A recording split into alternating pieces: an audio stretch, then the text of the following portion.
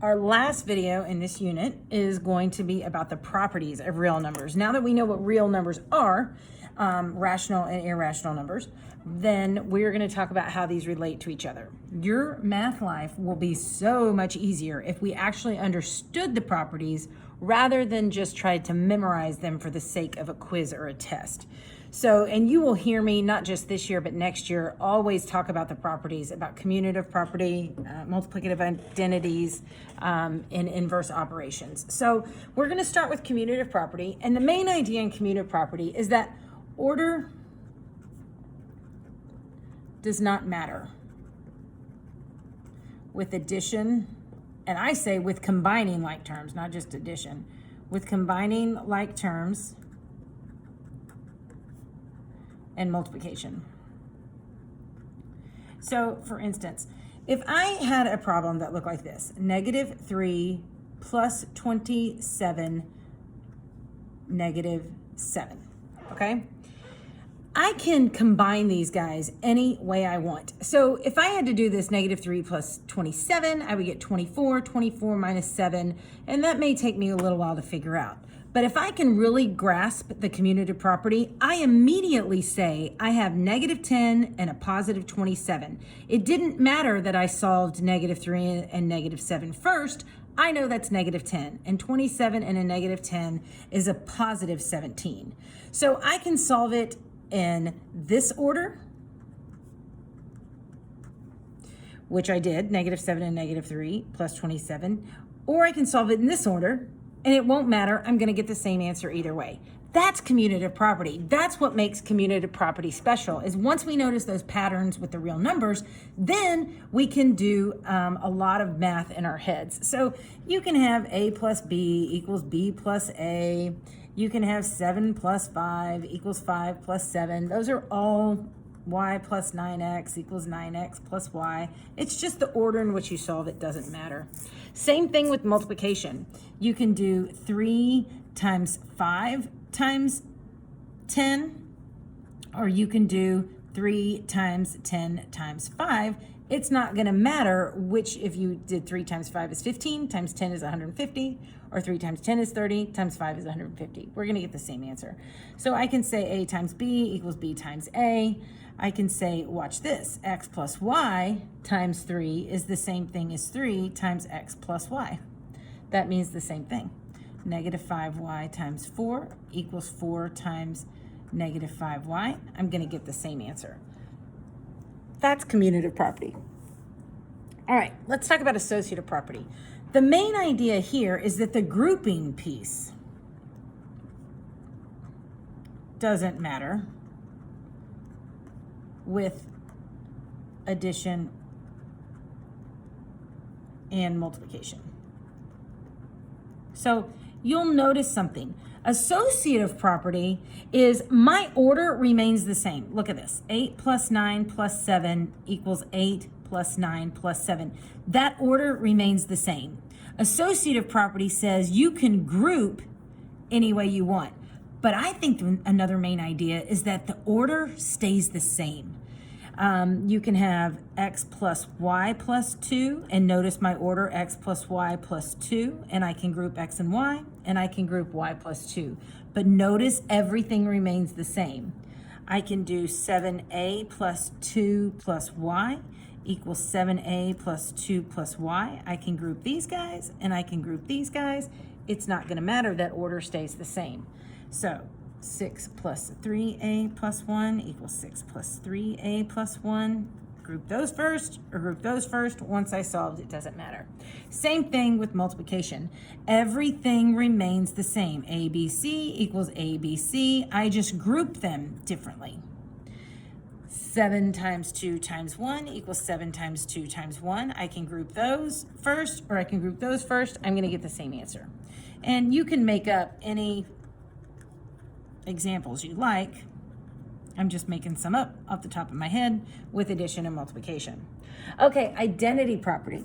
Identity property says you keep the value of the number. Okay, when we think identity, we think of ourselves, right? We can identify with who we see in the mirror. So addition examples are, if this is me, 4A, and I'm looking in the mirror, what do I need to add to me to see 4A on the other side? This is identity. Here I am, what do I add to me to see me? Well, I add a 0. If I'm X, what do I need to add to me to see me? Well, I add a 0. If I'm 0 plus, 6A, I'm adding a 0 and I keep me on the other side. If I'm negative 7G, what do I need to add to me to get to negative 7G on the other side? I add 0. So identity is when you're looking in the mirror, what do you need to add to get the same thing? Same thing with multiplication. Look at this. What do I need to multiply by me to get me on the other side? 1. What do I need to multiply by me to get the same thing on the other side? 1. What do I need to multiply by me to get the same thing on the other side? 1. What do I need to multiply me to get me on the other side? 1. Hopefully you can see that pattern and that makes sense. All right, let's switch over to inverse. Inverse properties. This is a huge one. Inverse is opposite. Uses the opposite to cancel out. This really you see when solving two-step equations. You see this all the time. That's when it really begins to make sense. So I'm going to do an example real quick on the back sheet of this. Okay, I know I'm veering off my notes for a second, but let's say I have 2x plus 3 equals 7. My first step in solving this is to subtract 3 on both sides because it clears out my constant term. This right here, add 3 and subtract 3, that's additive inverse because they're canceling out to be 0. If you have 2x minus 3 equals 7 and I add 3 to both sides, this right here cancels out to 0. So inverse properties really start to make sense on two-step equations because addition examples would be like 3 minus 3, that equals 0. And the same thing holds true if I have a variable in there. Let's say I have positive 4a. That cancels out with the negative 4a and it becomes 0.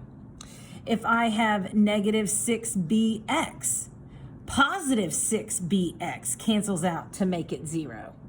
If I have negative x, how do I cancel it out? I add an x to get it to equal 0. And you really start to see this when you do 1 and 2 multi-step equations.